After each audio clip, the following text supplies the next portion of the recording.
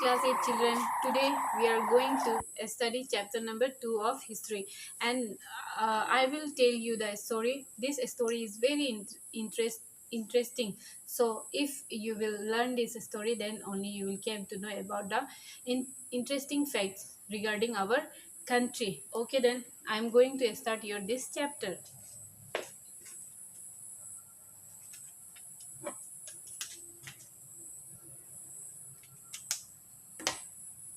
Chapter number 2, from trade to territory. First explanation. Aurangzeb was the last powerful Mughal emperor. Maybe you learned about Aurangzeb in your previous class, that Aurangzeb, he was the last powerful Mughal emperor. So now we will discuss some important facts regarding East India Company. We can say that traders or Britishers show. First topic is East India Company comes east. When they came to India, what happened? We will discuss all this. East India Company refers to trader from East and Southeast Asia. Point number 1. In 1600, Royal Charter granted to East India Company, granting the sole right to trade with the East. So, 1600, they got the permission to do trade in our country. Point number 2. East India Company bought goods at a cheap price and sold them at higher price in Europe. So what they used to do, they bought things in cheap price and they are selling in higher price to Europe. Point number 3. Cotton and silk produced in India had a big market in Europe. So you know that before Britisher, they are very much interested in the company of cotton and silk, and in our country these two things are available. That's why they used to take raw materials from here and they are selling that in higher cost in other countries. Cotton and silk produced in India had a big market in Europe, and in Europe there is a very vast and we can say big market of cotton and silk. Point number 4. Pepper, clove, cardamom and cinnamon were in greater demand. So in everywhere these spices, these all are not available, and especially pepper, clove, cardamom and cinnamon were in greater demand for all over the country. So they used to take all this from here and they are selling to other countries. Next topic we will discuss. East India Company begins trade in Bengal. So how they are started to begin their trading in Bengal. They are started from Bengal. Uh, Point number 1. In 1651, the first English factory was set up on the bank of river Hooghly. So they established one first factory in our country, and that is nearby river Hooghly. Point number 2. Aurangzeb issued a farman. Farman means we can say royal degree issued by emperor. Means if royals, if they will give permission to anyone to do work, then they can do work with their company in our country. At that time, this Muslim ruler, they used to issue farman, royal degree, granting the company the right to trade duty. So after getting this farman, they can do whatever they want to do trade in our country. Next point, point number 3. The company tried to press for more concession and manipulate existing privileges privileges. So manipulate means influence somebody. So after doing trading in our country, they are trying to influence our people to engage with them in their work. Next topic. How did trade lead to battle? So first they came to our India for trade, our country for trading, and how this trade is converted into battle. Now we will discuss that point. After the death of Aurangzeb, the Bengal Nawab asserted their power and autonomy. So after the death of Aurangzeb, the Bengal Nawab Bengal Nawab, they don't want them to do work here continuously. So now they are also trying to remove them, asserted their power and autonomy. They want to ban that. Point number 2, the Nawab of Bengal refused to grant the company concession. So Nawab of Bengal, they are not agree with East India Company. Next topic, the Battle of Plassey. The Battle of Plassey, 1757. So first point we will discuss. On 23rd June 1757, Battle of Plassey was fought and was the first major victory of English in India. So on the year 1757, Battle of Plassey was fought 23rd June. So at that time, English they won the battle. English won the battle and they want to expand their trading more in our country. So children, now we will discuss next point. Ali Verdi Khan died in 1756 and Siraj Udullah became the Nawab of Bengal. So after the death of Ali Verdi Khan in the year 1756, Siraj Udullah became the Nawab of Bengal. Point number 3. In 1757, Robert Clive led the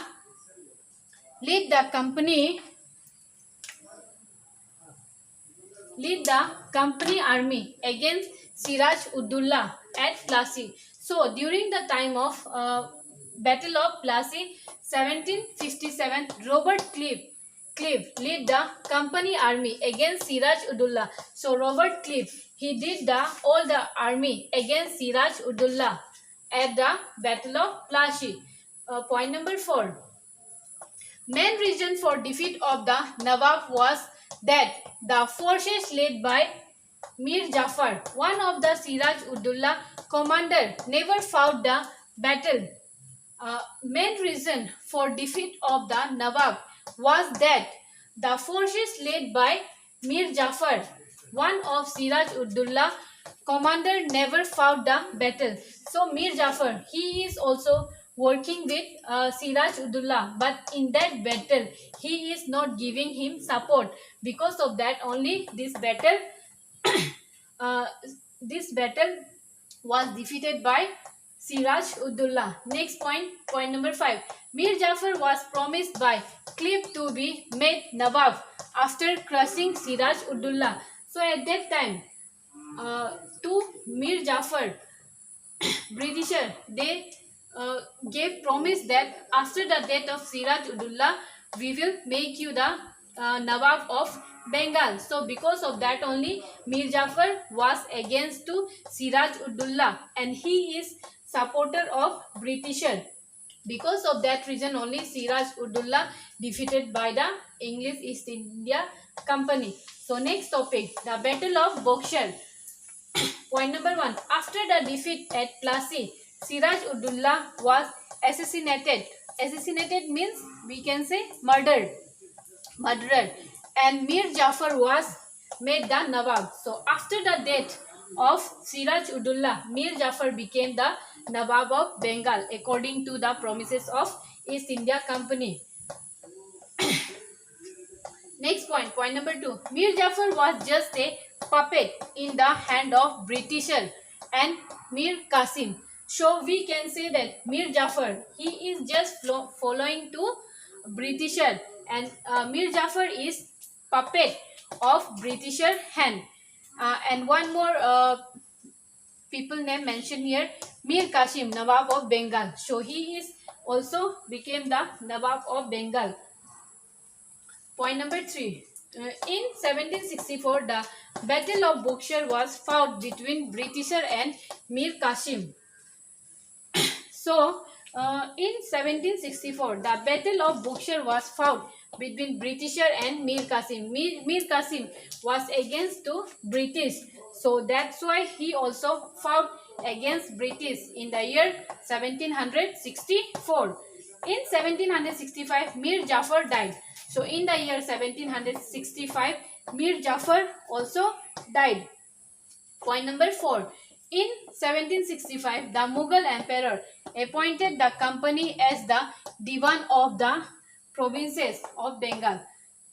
So, in 1765, the Mughal emperor appointed they appointed the company. Company means we can say East India Company as the Diwan of provinces of Bengal. So after that, 1765, British East India Company, they also have to write right to say anything regarding the royals decision and all, because already in 1765 they appointed as the Diwan of Bengal.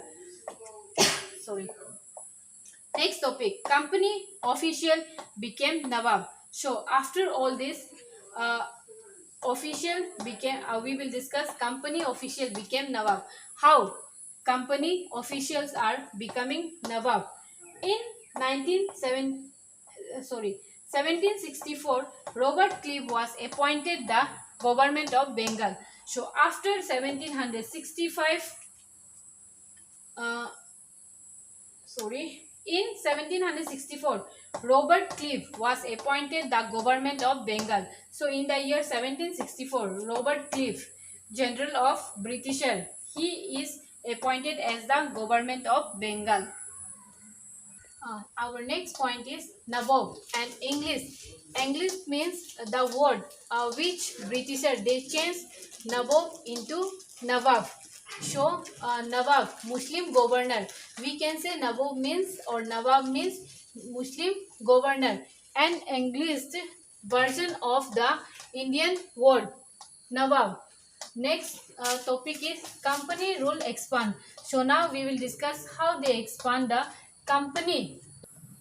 Point number 1. The process of annexation of India state by India East India Company from 1757 to 1857 brought forth some aspect like the company rarely launched a direct military attack as an unknown territory. So and as unknown territory. So after Battle of Plassey, British they want to expand more in our country. So directly they are trying to attack in our different territories and they want to rule in all over our country.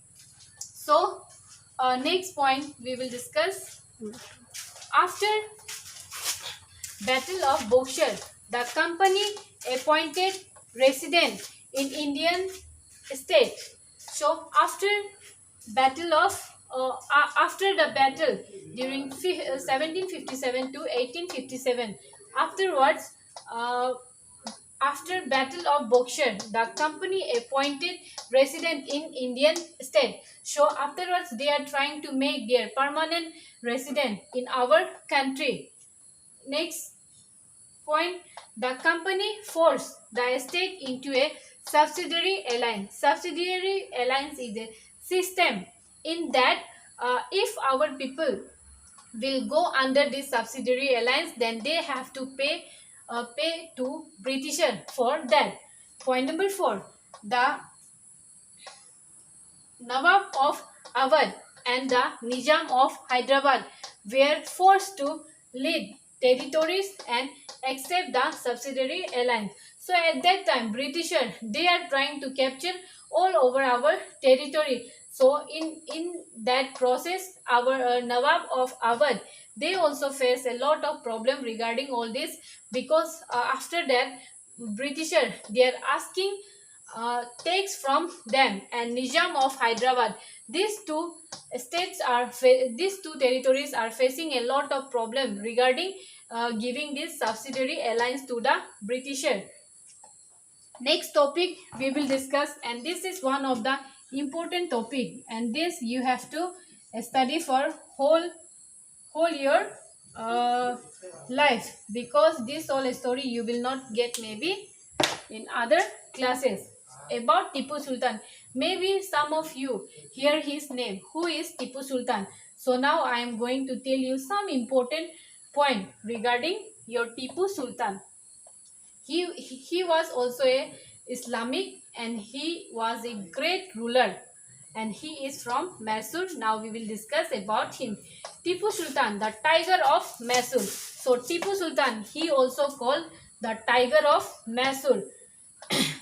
Point number 1. Tipu Sultan was the son of Hyder Ali, ruler of Mysore from 1782 to 1799. So Tipu Sultan, he was the son of Hyder Ali, and Tipu Sultan and Hyder Ali both are very strong ruler at that time. We can say that 1782 to 1799. Point number 2. Four wars were fought between Britisher and Mysore and were known as the Anglo-Mysore War 1767, 1769, 1780, 1784, 1792, and 1799. So this all battle, four battle mentioned here. One is 1767 to 1769, 1782, 84, 1792, 92, and 1799. So in all this battle, Tipu Sultan and his father, they fought very strongly, but at last moment in the year 1799 he lost that battle. So if you want to know more about this Tipu Sultan, then you can search through YouTube also a story of Tipu Sultan, and in that video you will get everything in very nice way. So in all this battle, Tipu Sultan, he fought with Britisher. Point number 3. In 1799, the Britisher won the battle Seringamapatnam against Mysore. So, in 1799, last battle, when Britisher, they directly attacked on Seringamapatnam. So, British, they won. They won the match. They won the war at that time, and that was a battle fought between Tipu Sultan and Britisher. A place named Seringamapatnam in Mysore. Point number 5. Tipu Sultan was killed defending his capital Seringamapatnam. So at that time, last battle, when our Tipu Sultan, he fought at that time in Seringamapatnam, in his capital only he was died. So children, if you have any doubt regarding this chapter, then you can ask me through WhatsApp, and we will meet in our next class. So till then, thank you, and don't forget to write answer question. I will send you after this video, and you have to send me all the notes. Thank you.